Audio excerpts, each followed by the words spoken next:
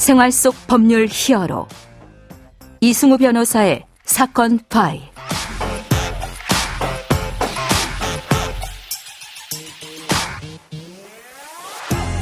안녕하세요. 이승우입니다. 각종 사건 사고에서 여러분을 구해드리겠습니다. 오늘 열어볼 사건 파일은 개 물림 사고입니다. 울산시 울주군의 한 아파트 단지에서 돌아다니던 개가 하교 중인 8살 남자아이에게 달려들어서 목과 팔 등을 물었습니다. 다행히 아이의 생명엔 지장이 없지만 개에 물린 상처가 깊어서 목과 팔다리 등에 봉합수술을 받고 입원하고 있는 걸로 알려졌습니다. 사건 파일 오늘 주제는 개물림 사고입니다. 반려동물은 정말 나에게는 둘도 없는 가족이죠. 그렇지만 타인에게는 말도 전혀 알아듣지 못하는 무서운 짐승일 수가 있습니다. 반려동물로 인한 인명살상사고와 책임에 대해서 법무법인 법승 인천사무소 장세진 변호사와 함께 알아보겠습니다. 안녕하세요, 변호사님. 안녕하세요, 장세진 변호사입니다. 자, 최근에 또다시 초등학생이 개에게 물리는 사고가 일어나면서 개물림 사고가 다시 이제 재점화되고 있는 것 같습니다. 네, 울산의 한 아파트 단지에서 목줄이 없는 개가 초등학생을 공격한 영상이 많은 이들의 안타까움을 자아냈습니다. 네, 아주 좀 무섭더라고요. 저는 그 내용 보니까요. 네. 반려견으로 인한 물림 사고가 증가하고 있지만 반려견 등록이나 안전조치 등을 의무화한 동물보호법의 최근 개정 사항에 대해서는 잘 모르시는 분들이 많습니다. 동물의 법적 지위와 개물림 사고의 예방을 위한 안전조치 등에 대해 알아보겠습니다. 네, 저도 오늘 잘 들어보겠습니다. 네. 자, 그럼 앞서서 이제 이야기해드렸던 울산에서 벌어진 사고 어떻게 발생된 건지 좀 간단히 짚어주시죠. 예, 울산시 울주군 한 아파트 단지 안에서 목줄이 없이 돌아다니던 개가 8살 어린이를 공격했습니다. 예. 어린이는 처음에는 도망을 치다가 이내 넘어졌고 거의 2분 이상을 개에게 공격당했습니다. 예. 처음에 지나간 행인이 있었으나 구호 조치를 취하진 않았고 두 번째 행인인 택배기사가 수레를 휘둘러 개를 쫓아냈습니다. 예. 어린이는 목과 팔다리를 크게 다쳐 병원으로 옮겨졌습니다. 예. 처음에는 주인이 없는 떠돌이개로 알려졌으나 알고 보니 인근에 사는 70대 후반의 견주가 있었습니다.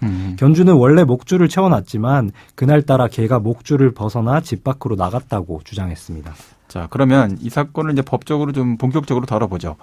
동물의 법적 지위부터 좀 볼까요? 법에서는 이제 동물, 반려견 어떻게 정의하고 있습니까? 예, 먼저 동물의 법적 지위에 대해서 짚어봐야겠습니다. 예. 우리가 법률 관계라고 하는 것은 권리 의무 관계를 말합니다. 그렇죠. 그렇다면 그 권리와 의무의 주체인 사람이 가장 중요할 것이고 사람이 아니면 법적으로는 물건에 해당합니다. 네네. 사람이 권리의 주체라면 물건은 권리의 객체, 특히 소유권의 객체가 됩니다. 예. 그래서 동물은 민법 제98조의 유체물로서 물건에 해당합니다. 예. 반려견이란 표현에서 보듯이 동물을 물건으로 보는 것에 약간의 거부감을 느끼시는 청취자분들도 있을 텐데요. 변호사님도 거부감을 느끼시나요? 저는 동물을 아직도 물건으로 좀 보는 쪽에 가까워서. 예, 아무래도 생명 존중의 의미가 있다 보니까요. 예. 그래서 동물권의 측면에서도 중요한 부분이라 2021년에 이미 법무부가 민법 제98조의 2로 동물은 물건이 아니다라는 조항을 신설해서 동물을 법적으로 더 이상 물건으로 취급하지 않고 동물 그 자체로서의 법적 지위를 인정하는 개정안을 낸 바 있는데요. 아직 통과된 것은 아니고 이제 개정안이 올라가 있는 상태군요. 네, 맞습니다. 국무회의를 이제 통과하기는 했지만 국회 통과가 아직 안 됐다. 이런 얘기인 거죠? 예, 국회에 아직 계류 중인데요. 예. 향후 입법되면 동물학대에 대한 처벌이나 동물 피해에 대한 배상의 수위가 높아질 것으로 예상되고 동물을 더 이상 물건으로 보지 않는 것에 생명 존중의 의미도 있습니다. 민법상의 법적 개념의 물건 개념이 크게 변화할 수 있겠네요. 예, 맞습니다.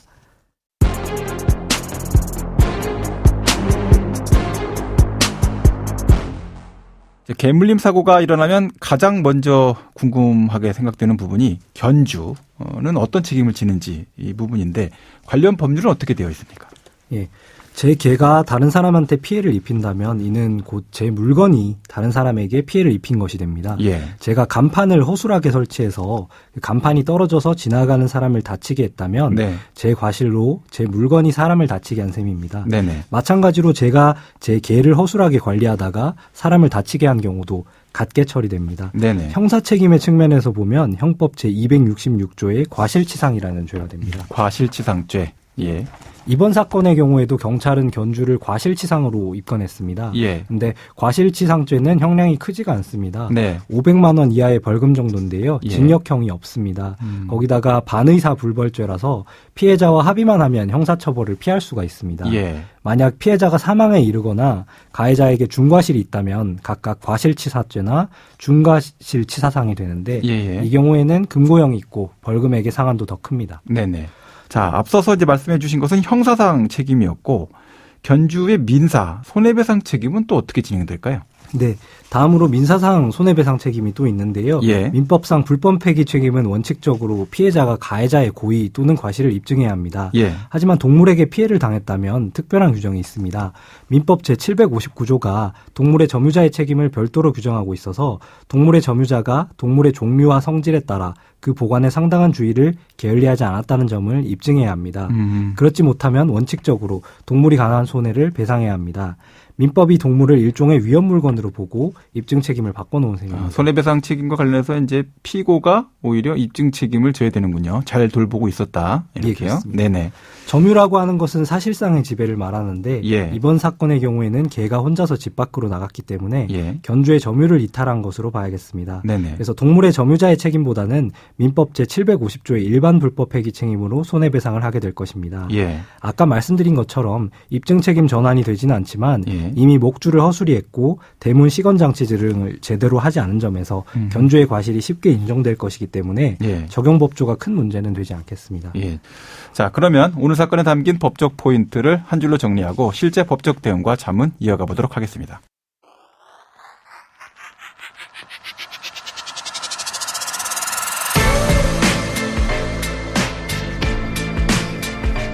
이럴 땐 법대로.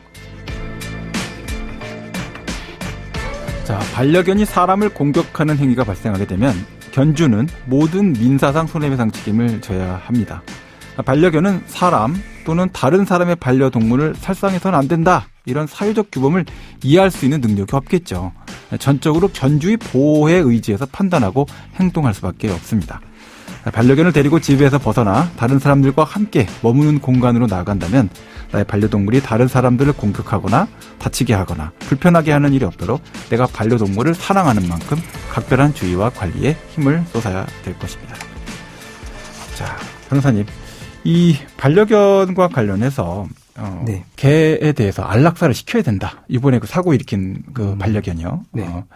못 시킨다. 뭐 동물단체에서는 안락사 시키면 안 된다. 뭐 이렇게 여러 가지 얘기들이 또 막 나오고 있는 것 같습니다. 네. 이 사고를 일으킨 개는 앞으로 어떻게 됩니까? 예.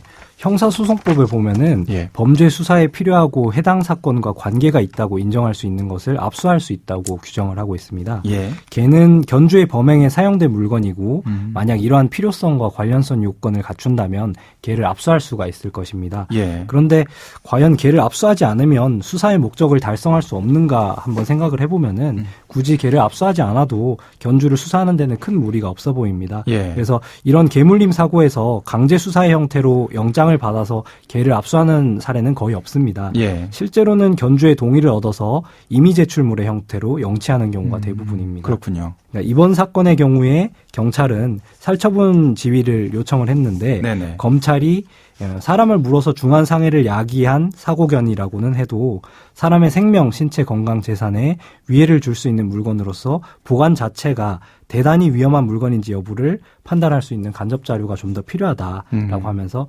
부결을 했습니다. 예. 그래서 경찰이 살처분의 재지휘를 요청할 계획이긴 한데요.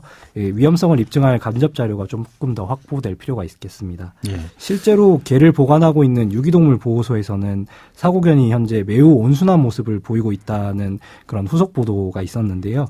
단지 개가 사람을 한번 물었다는 사실만으로 개를 살처분하는 것이 이런 개물림 사고에 대한 바람직한 해결책인가는 좀 더 고민해 볼 필요가 있겠습니다. 근데 뭐 이제 사고 발생할 때의 상황하고 또 실제 처벌받을 때의 상황이 또 많이 다르거든요. 그래서 네. 뭐 법정 분위기 다르고 또 네. 실제 사고 발생할 때 가해자 분위기 다르고 이런 것들을 고려해 보면 네. 이것만 갖고 사실 판단할 수 있는지는 모르겠습니다. 지금까지 장세진 변호사와 함께했습니다. 오늘 말씀 고맙습니다. 감사합니다. 생활 속 법률 히어로 이승우 변호사였습니다. 내일도 사건에서 여러분들을 구해드릴 사건 파일 함께 열겠습니다.